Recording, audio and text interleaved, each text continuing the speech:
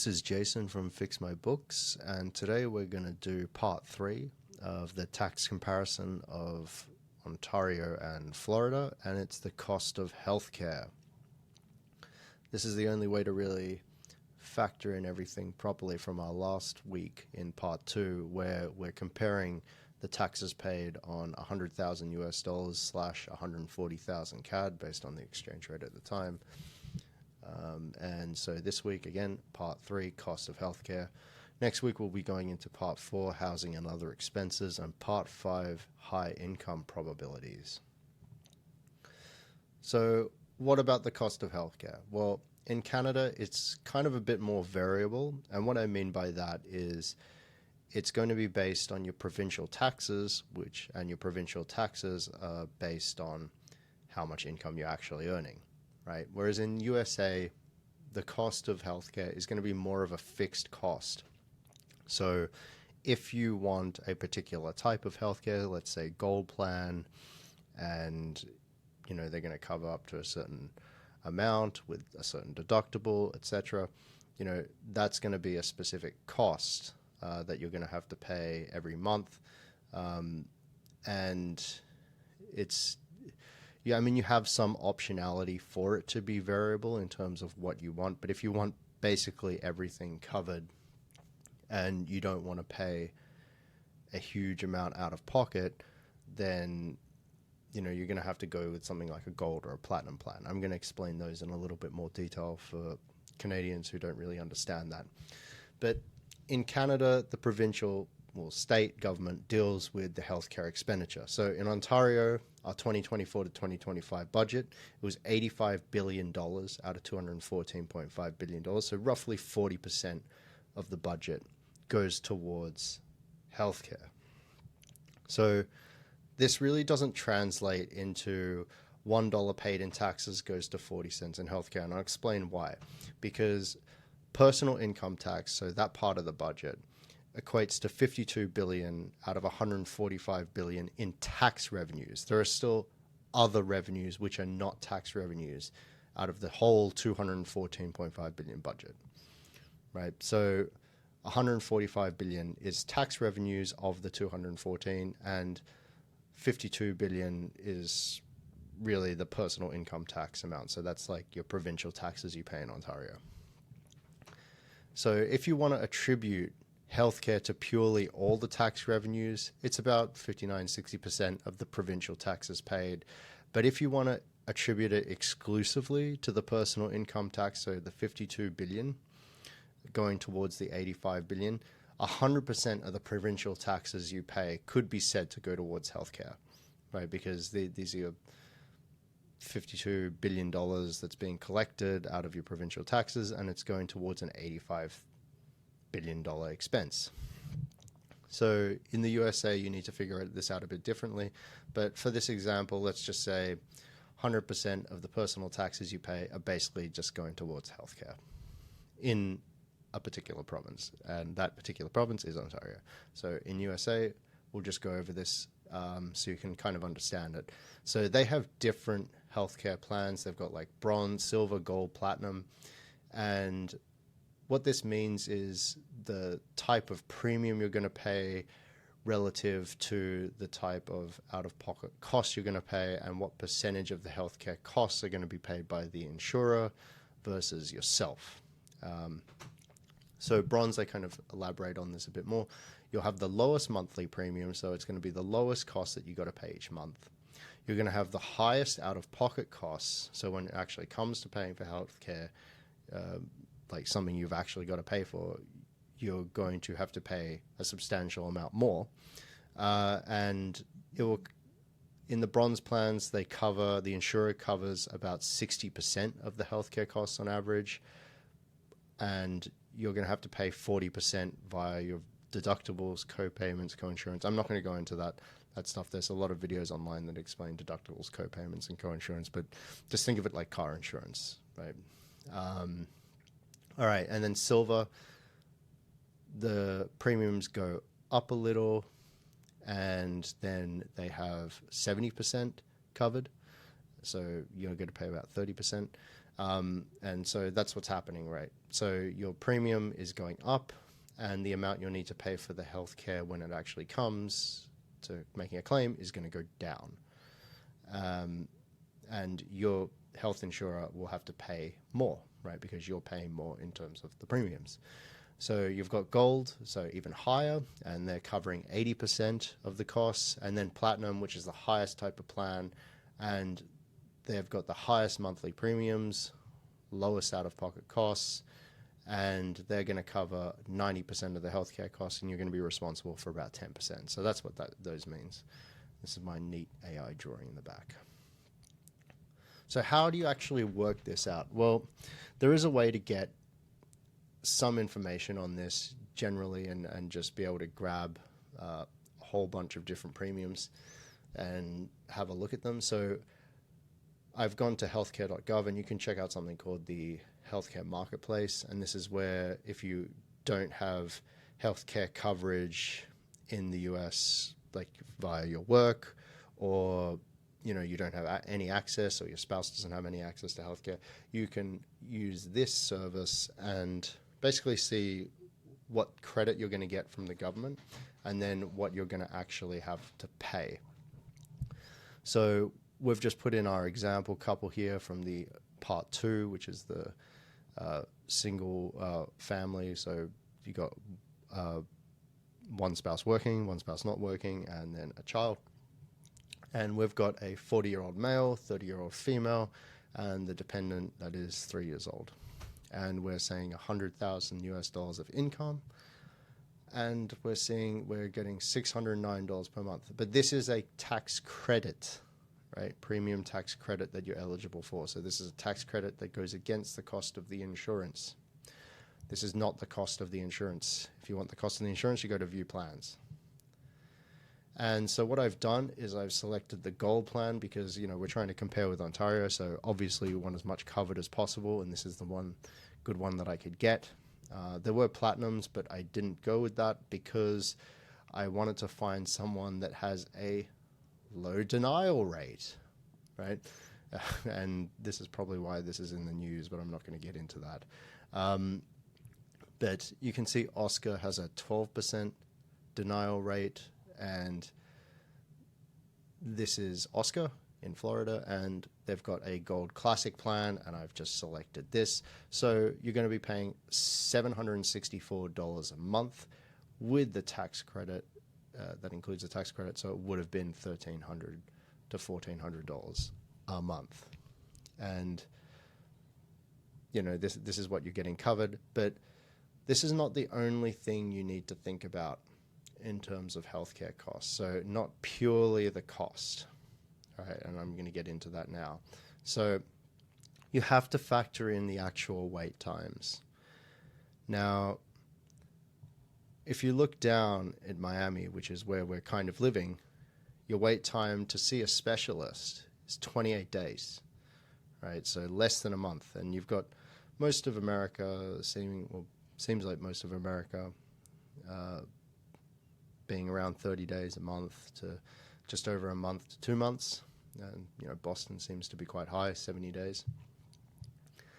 But then we look across at Ontario, and this is from the Fraser Institute, and this was data from 1993 compared to 2023.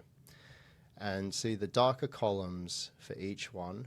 So the green is 1993, blue is 2023, and darker, this one, would be GP to specialist wait time in weeks, and lighter color is specialist to treatment in weeks, not days, weeks.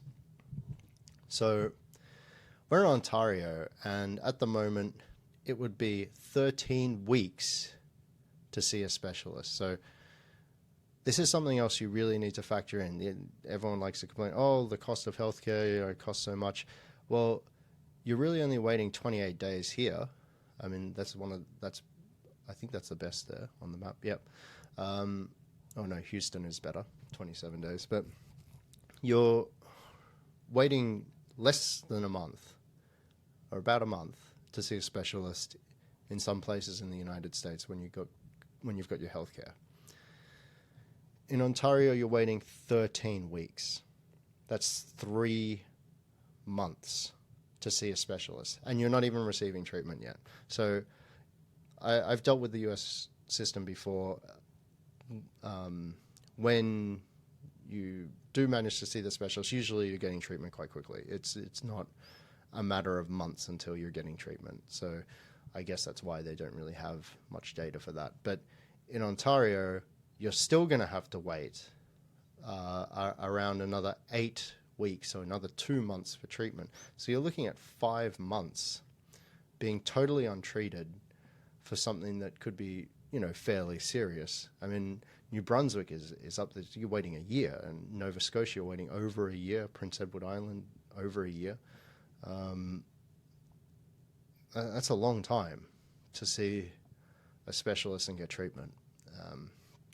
And then you'll say, oh, well, you don't have to pay anything. Well, the point of this video is I'm explaining to you that you do.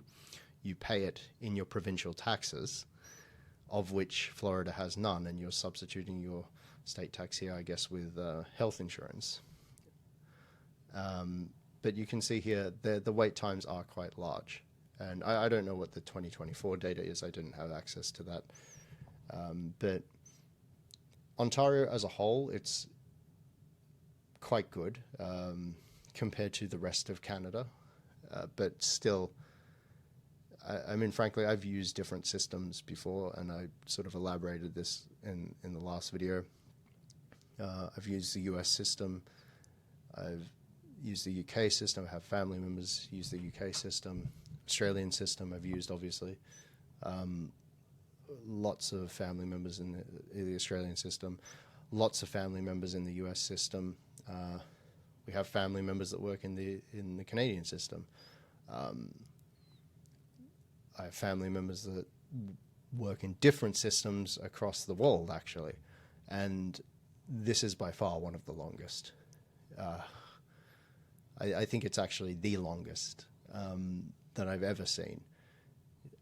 So don't rationalize and don't excuse this kind of thing, Canada. This is something that should be improved and actively work towards to be improved, because this is a long time. If you're sick and you're ill and you're suffering, this is a long time to be waiting for help, especially for something that you are paying for. It is taken out of our taxes. So let's compare the two, cost of living in Toronto versus Miami. And we've got the graph from, the data from last week, and we've got all the child benefits that we calculated, and the take home was drastically different between MFJ and Florida MFJ and Ontario in Canadian dollars. So, $16,000. And then for married filing separately, we've got nearly another $8,000 difference. However, the provincial taxes that we've got here in Ontario, $12,609, $13,439, depending on whether or not you take the spousal amount. The cost of healthcare in the US for this area, Miami, for that plan that I spoke about earlier, is 12,835 Canadian dollars.